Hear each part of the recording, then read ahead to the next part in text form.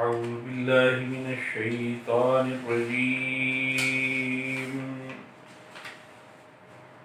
بسم الله الرحمن الرحيم. وإذا سألك عبادي أني فإني قريب.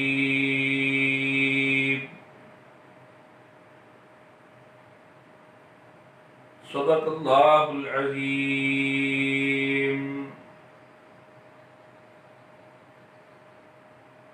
وَإِذَا سَأَلَكَ عِبَادِي،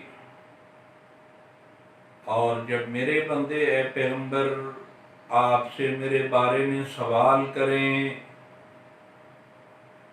فَإِنِّي قَرِيب، تو ان بندوں کو بتائیے کہ میں بہت قریب ہوں۔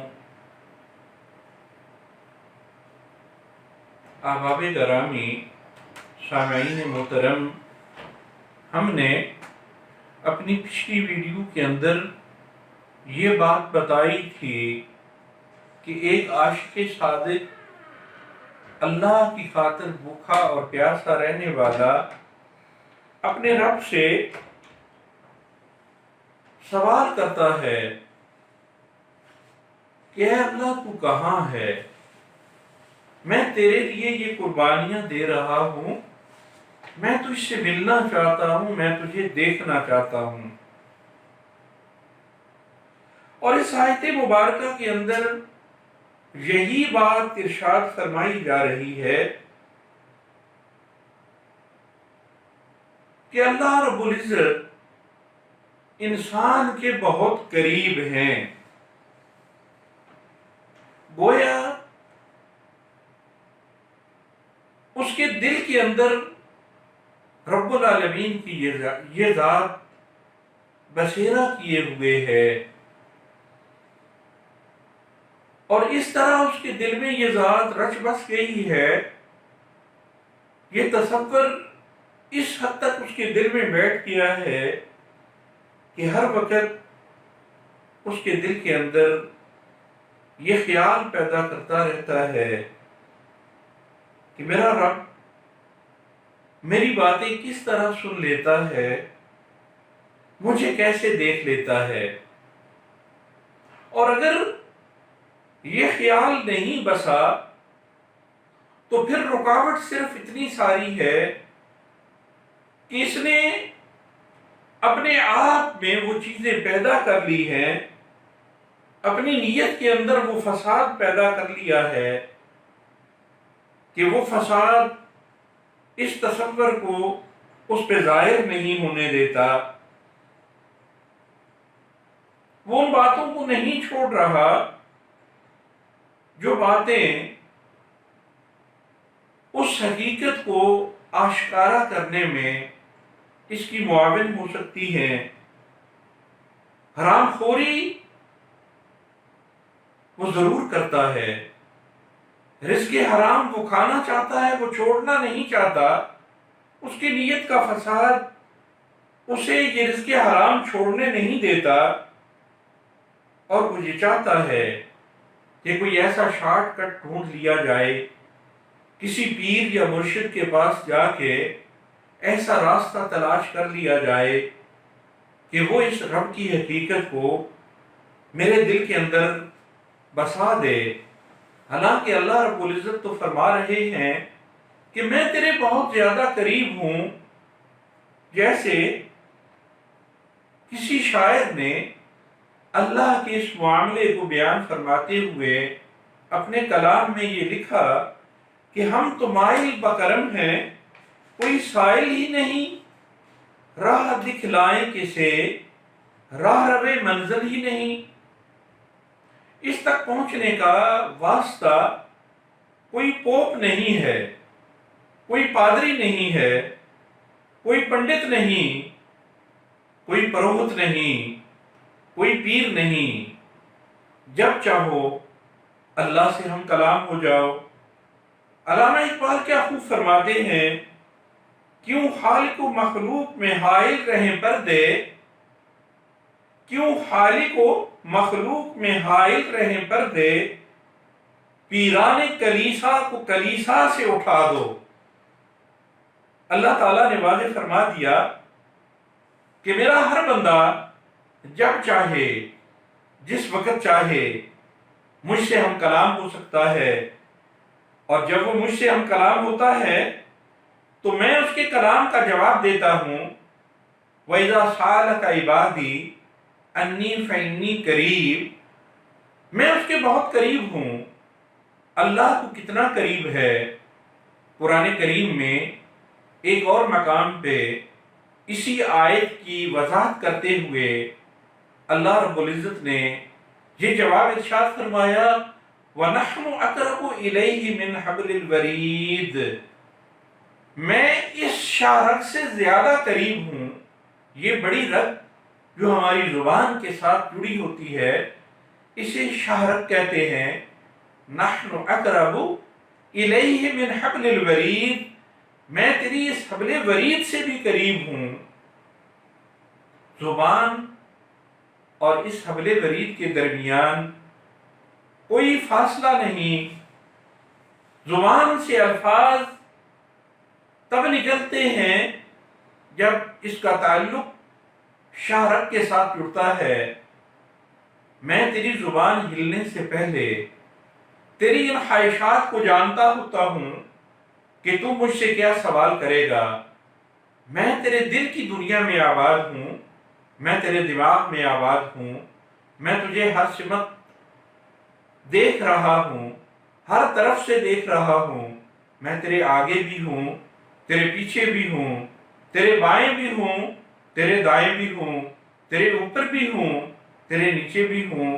میری رحمتوں نے تجھے گھیر رکھا ہے، اور ہر وقت میری نگاہیں تجھے دیکھ رہی ہیں، میری نگاہیں ہر وقت تجھے پاتی ہیں۔ میں تجھے دیکھ رہا ہوں، تو سوال کر، میں تیرے سوال کا جواب دوں گا۔ اجیب دعوت الداعی اذا دعان، میں جواب دیتا ہوں پکارنے والے کی پکار کا جب بھی وہ مجھے پکارتا ہے، اور جس حال میں بھی پکارتا ہے، جس وقت پکارتا ہے۔ میں وہ خالق اور مالک ہوں کہ دنیا کی پکار سننے والے سو جاتے ہیں، ان کی کچھ کمزوریاں ہیں، انہیں نیند آ جاتی ہے، اور میں لا تأخذہ سنۃ ولا نوم، یہ نیند تو دور کی بات ہے، مجھے تو اونگ بھی نہیں آتی۔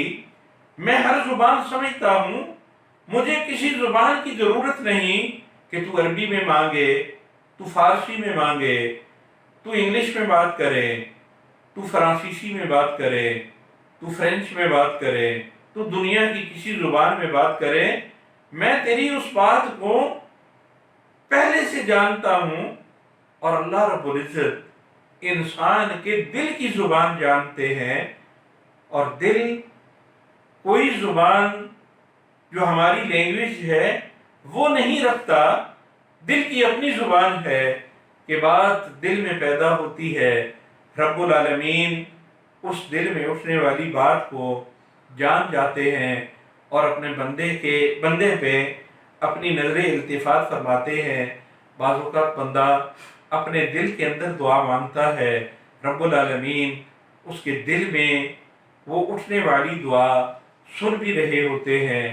اس وقت مجھے حضرت موسیٰ علیہ السلام کے اس واقعے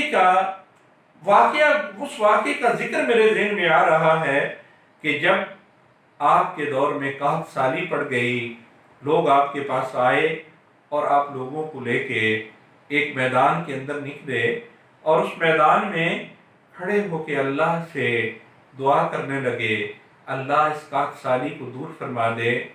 تو رب العالمین کی طرف سے جواب آیا کہ اے موسیٰ، اس مجمع کے اندر ایک بندہ ایسا ہے جس نے اپنی نافرمانیوں کی وجہ سے مجھے سخت ناراض کر دیا ہے۔ جب تک وہ بندہ اس مجمع سے نہیں نکلے گا میں بارش نہیں دوں گا، میں اس قحط سالی کو دور نہیں کروں گا۔ جناب موسیٰ علیہ السلام نے یہی صدا بلند کی کہ اللہ فرماتے ہیں کہ ایک بندے نے مجھے اپنے گناہوں سے اور نافرمانیوں سے بہت زیادہ ناراض کر دیا ہے۔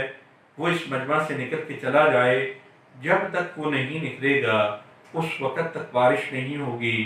رب العالمین کا یہ فرمانا، اور اس بندے نے دل میں سوچنا شروع کر دیا کہ اگر میں ان لوگوں کے سامنے، اپنی برادری اور قوم کے سامنے نکل جاتا ہوں تو پھر میں کیسے زندہ رہوں گا، میں انہیں کیسے منہ دکھاؤں گا، کیوں نہ میں اپنے رب کو راضی کر لوں۔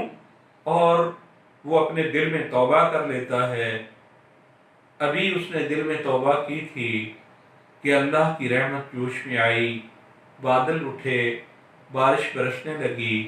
جناب موسیٰ علیہ السلام سے لوگوں نے پوچھا، اللہ کے نبی کوئی نکلا تو نہیں، بارش برسنے لگ گئی ہے۔ جناب موسیٰ اللہ سے ہم کلام ہوئے، الہ العالمین کوئی نکلا بھی نہیں، اور آپ نے باران رحمت نازل فرما دی۔ تو اللہ رب العزت نے جواب دیا، موسیٰ اس نے مجھے راضی کر لیا ہے۔ اللہ کیسے راضی کر لیا؟ موسیٰ اس نے مجھے دل میں راضی کر لیا ہے، اس کا دل میری طرف پلٹ گیا ہے، میری رحمت جوش میں آئی ہے، میری رحمت نے اسے معاف کر دیا ہے، اور معاف کرنے کی وجہ سے میں نے تیری دعا کو قبول کر لیا۔ جناب موسیٰ علیہ السلام نے عرض کیا، الہ العالمین وہ بندہ مجھے بتائیے تو صحیح۔ اللہ رب العزت نے فرمایا، موسیٰ جب ناراض تھا اس وقت نہیں بتایا، اب تو میں نے اس نے مجھ سے صلح کر لی، میں اس سے راضی ہو گیا۔ اب میں یہ کیوں بتاؤں، یہ راز کیوں بتاؤں کہ اللہ رب العزت جب اپنے بندے کے ساتھ راضی ہو جاتے ہیں تو پھر اس کی پکار کا جواب بھی دیتے ہیں۔ جب بھی وہ اللہ کو پکارتا ہے اور جس حال میں پکارتا ہے، میں یہ عرض کر رہا تھا کہ اللہ دل کی زبان کو جانتے ہیں۔ اس شخص نے دل کی زبان سے اللہ سے توبہ کی تھی، کوئی باہر نکل کے کوئی ایکشن نہیں دکھایا تھا۔ اللہ نے اس دل کی زبان کو سمجھ لیا اور اسے معاف فرما دیا۔ اللہ سے دعا ہے کہ وہ ہمیں رمضان المبارک کی ان ساعتوں میں اپنے رب کو راضی کرنے اور اپنے رب کو اپنے دل کی زبان سے پکارنے کی توفیق عطا فرمائے۔ وآخر دعوانا ان الحمدللہ رب العالمین۔